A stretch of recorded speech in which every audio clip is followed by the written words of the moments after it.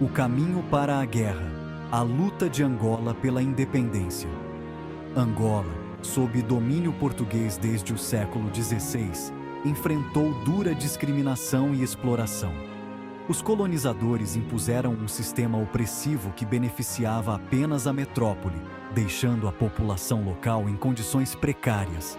Em meados do século XX, os apelos pela independência tornaram-se mais fortes, levando à formação de vários movimentos de libertação. Estes movimentos começaram a ganhar apoio popular e internacional, pressionando ainda mais o regime colonial. Os três principais grupos eram o MPLA, a UNITA e a FNLA, cada um com diferentes visões ideológicas e apoiantes estrangeiros. O MPLA tinha uma orientação marxista, enquanto a UNITA e a FNLA tinham outras alianças e estratégias. O domínio português enfraqueceu em 1974, após um golpe militar em Lisboa. A Revolução dos Cravos em Portugal levou à retirada das tropas coloniais de Angola. O Acordo de Alvor, em janeiro de 1975, visava uma transição pacífica, mas rapidamente se desfez numa guerra aberta.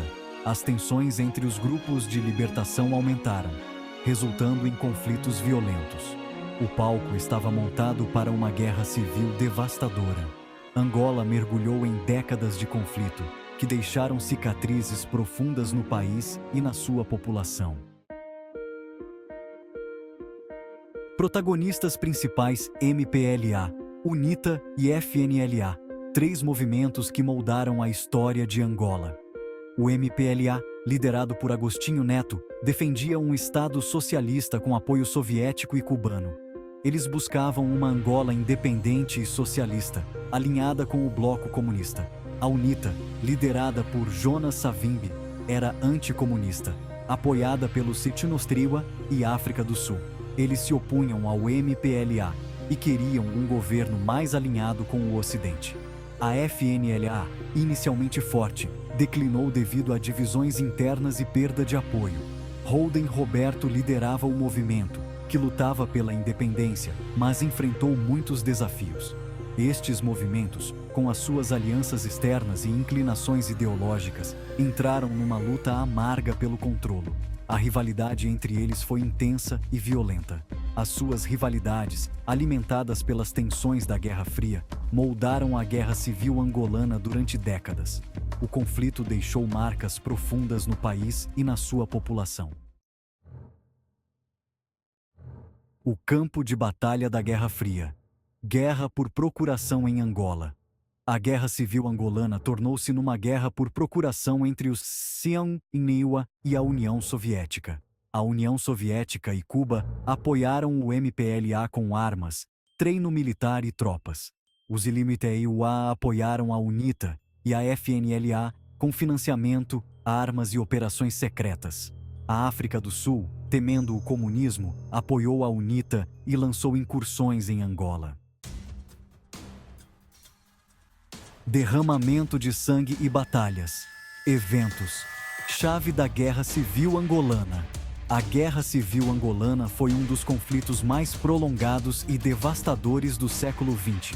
A guerra começou em 1975, com o MPLA a assumir o controle de Luanda com o apoio cubano. Este apoio foi crucial para a consolidação do poder do MPLA na capital. A UNITA e a FNLA, apoiadas pela África do Sul e pelo Zaire, lançaram ofensivas noutras partes do país. Estas ofensivas resultaram em intensos combates e grandes perdas de vidas. A Batalha de Kifangondo, em novembro de 1975, garantiu o controle do MPLA sobre a capital. Esta batalha foi um ponto de viragem crucial no conflito. A Batalha do Cuito-Cuanavale, em 1987 e 88, envolveu forças cubanas, angolanas, sul-africanas e da UNITA. Este confronto prolongado foi um dos maiores e mais decisivos da guerra. Embora inconclusiva, enfraqueceu o regime de apartheid da África do Sul e levou à retirada das tropas cubanas. A retirada marcou o início de uma nova era na região. A batalha abriu caminho para a independência da Namíbia. A independência da Namíbia foi um marco significativo na luta pela liberdade no sul da África. A guerra deixou um rasto de devastação e deslocação. Milhões de angolanos foram forçados a abandonar suas casas, resultando em uma crise humanitária de grandes proporções. Uma nação em pedaços. O custo humano do conflito. O custo humano da guerra é imensurável, com baixas que variam de centenas de milhares a mais de 1 milhão. Milhões de angolanos foram deslocados, tanto interna como externamente. A guerra destruiu infraestruturas, paralisando a economia e prejudicando o desenvolvimento. As minas terrestres continuaram a representar uma ameaça mortal muito depois do fim do conflito. Paz finalmente. O fim da Guerra Civil Angolana. Após décadas de guerra, Angola alcançou a paz em 2002. A morte de Jonas Savimbi, em 2002, marcou um ponto de viragem.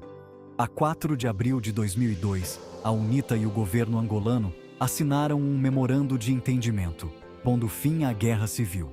O acordo previa a desmobilização das forças da UNITA e a reconciliação nacional.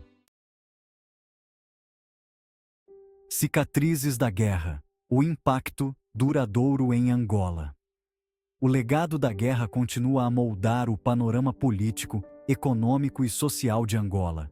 O MPLA mantém-se no controle, fazendo a transição para um partido orientado para o mercado. Angola enfrenta desafios na reconstrução de infraestruturas e na diversificação da sua economia. Socialmente, o país ainda está a recuperar das profundas divisões e traumas da guerra. Responder às necessidades das vítimas da guerra e promover a reconciliação são desafios significativos. Olhando para o futuro Angola, após a Guerra Civil. Angola tem feito progressos significativos desde o fim da Guerra Civil. A economia, impulsionada pelo petróleo, tem crescido, mas é necessária a diversificação. Estão em curso esforços para melhorar a educação, a saúde e as infraestruturas.